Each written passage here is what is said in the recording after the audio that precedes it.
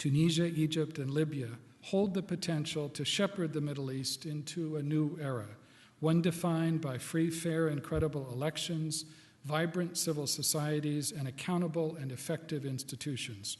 Tunisia, which lit the spark of the new Arab awakening, held the first truly democratic elections in its history last month. Whereas a turnout of 70% in the Arab world once signaled a rigged election, today it is a sign of Tunisians' determination to chart their own future. We too are invested. This year, America has committed about $60 million to offer expertise to political parties and poll watchers, strengthen civil society, and promote freedom of expression.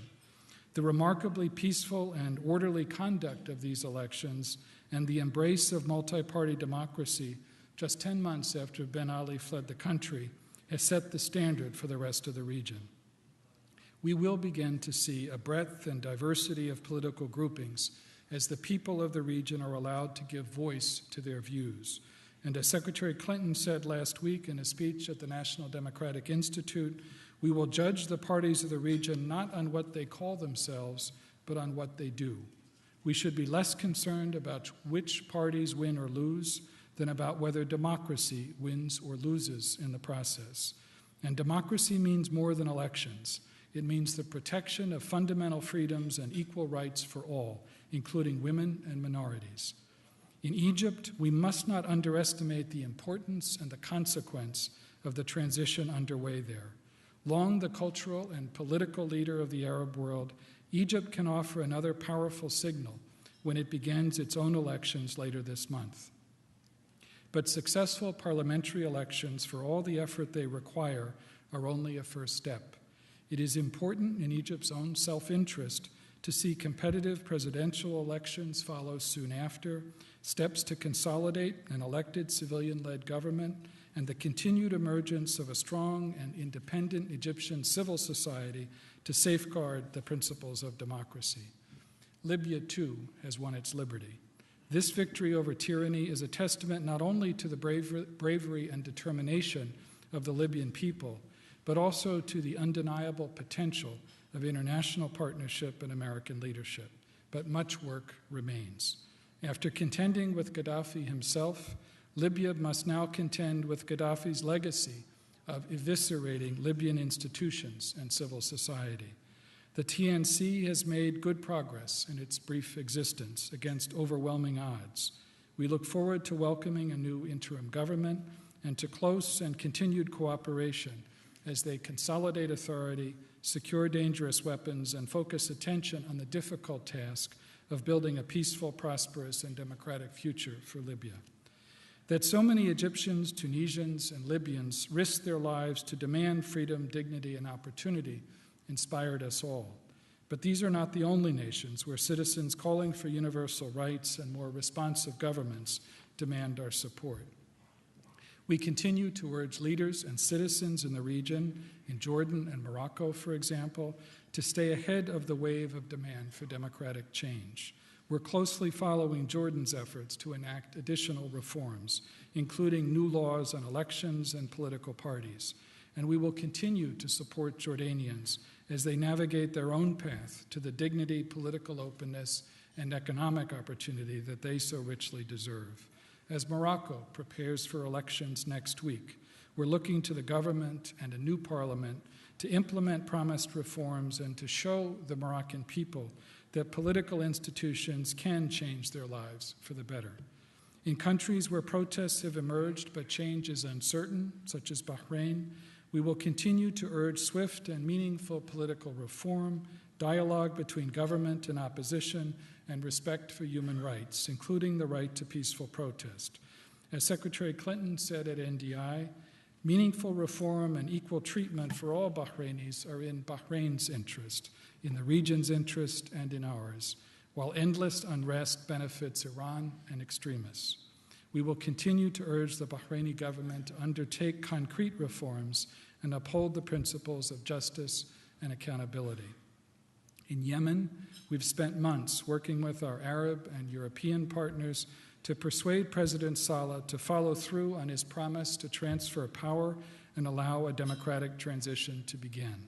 It's time, in fact, it's long past time, for him to live up to his commitments. And in Syria, President Assad is attempting to hold back the future at the point of a gun. This strategy may work for a time, costing the lives of more innocent Syrians, but it cannot prevail.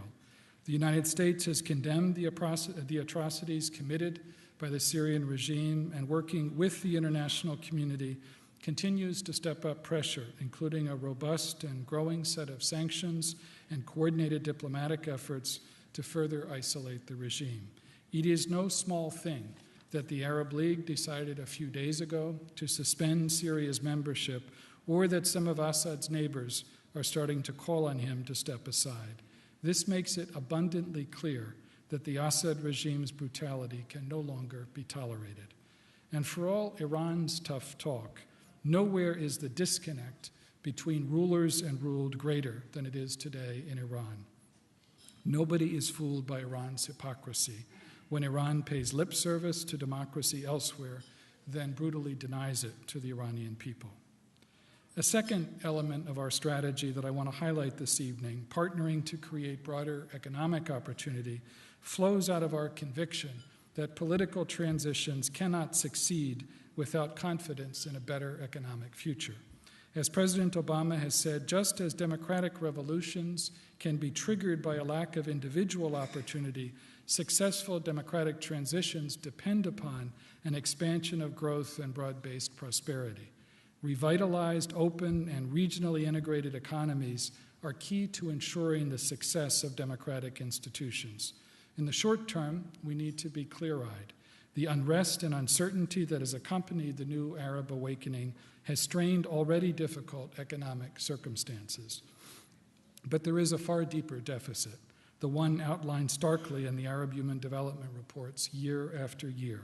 We need to nurture economic systems where talent is cultivated and rewarded, where entrepreneurs and innovators are unleashed to enrich their societies, where nations can trade with their neighbors and compete in the global economy. To support the democratic transitions underway in Tunisia, Egypt, and Libya, we've created a new office, the Special Coordinator for Middle East Transitions, to organize all the tools at our disposal to help them succeed. And we're working with Congress to ensure that even in difficult times at home, we get the resources we need to seize the strategic opportunity that the new Arab awakening represents. The enterprise funds we're seeking to establish in Egypt and Tunisia, and the ongoing work of the Overseas Private Investment Corporation will help people in the region access capital to start and grow their own businesses, providing hope for a better economic future.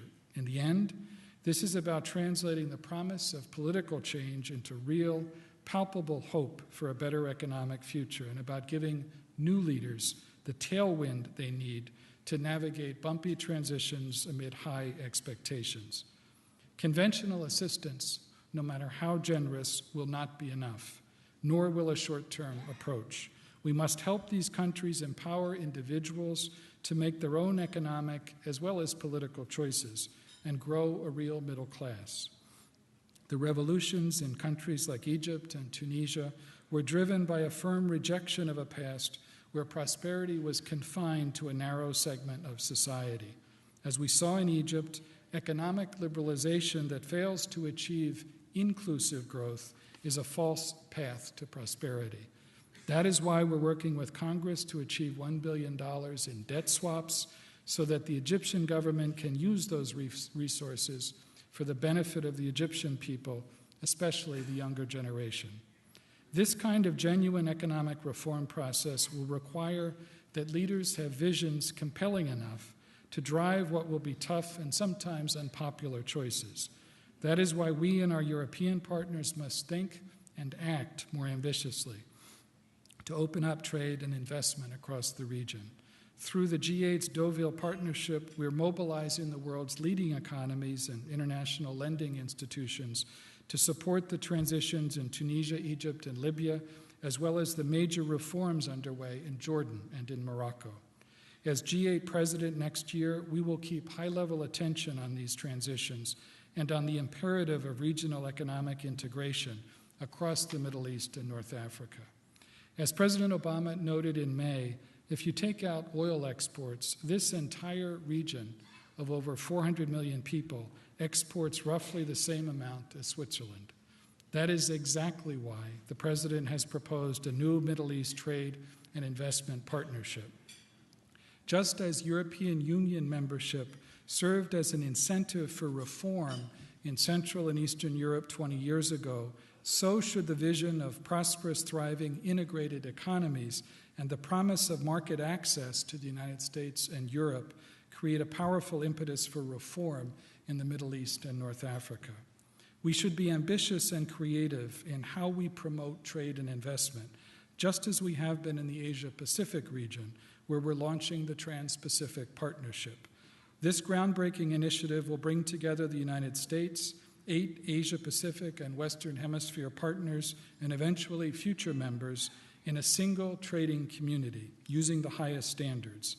In the Middle East, we need to seize the moment of opportunity ahead of us and find ways to leverage the promise of market access and regional integration to encourage countries to raise their standards and pursue policies that drive growth that benefits all their people. And let me add that promoting trade and investment is not simply the work of governments. Many in this room have an opportunity to play an important role in this story, making the investments that allow the citizens of the region to achieve a better life for their children and their children's children. This means supporting small and medium-sized enterprises, investing in education, and launching initiatives to empower the region's youth with the knowledge and skills they need to make it in the global economy. Our own American Revolution, over 230 years old, remains a work in progress, and certainly the same can be said of the new Arab awakening. It is not over in Egypt, Tunisia, and Libya, where there is very hard work ahead in building democratic institutions and economic hope. It is not over in Syria, where the Assad regime may be able to delay changes with brutality, but where there is no going back to the way things were. And it is not over in Bahrain, Morocco, and Jordan, where genuine reform is the only path for progress. The struggles ahead in the Middle East are deeply complicated and fertile ground for pessimism. And it is a fact that the Middle East is a place where pessimists rarely lack for either company or validation. But I remain convinced of the continuing value of the kind of stubborn, clear-eyed optimism and vision that have animated American diplomacy in the Middle East at its best moments in the past. Now, whenever I talk about optimism, one of my Russian friends invariably reminds me of one of the many typically fatalistic Russian definitions of an optimist, as someone who thinks that tomorrow will be better than the day after. I actually have something a little different in mind. I think tomorrow is going to be very tough, as people across the Middle East struggle with transitions that are only just beginning and challenges that will outlive the regimes that perpetuated them. But if we can approach the historic challenges before us, from Arab-Israeli peace to regional security to promoting economic opportunity to supporting democratic transitions in a thoughtful and integrated way, if we can mobilize a sense of common cause and initiative among partners in the region and around the world, then the day after tomorrow and the years that lie ahead can offer a great deal of promise, and a great deal will be possible. Thank you very much.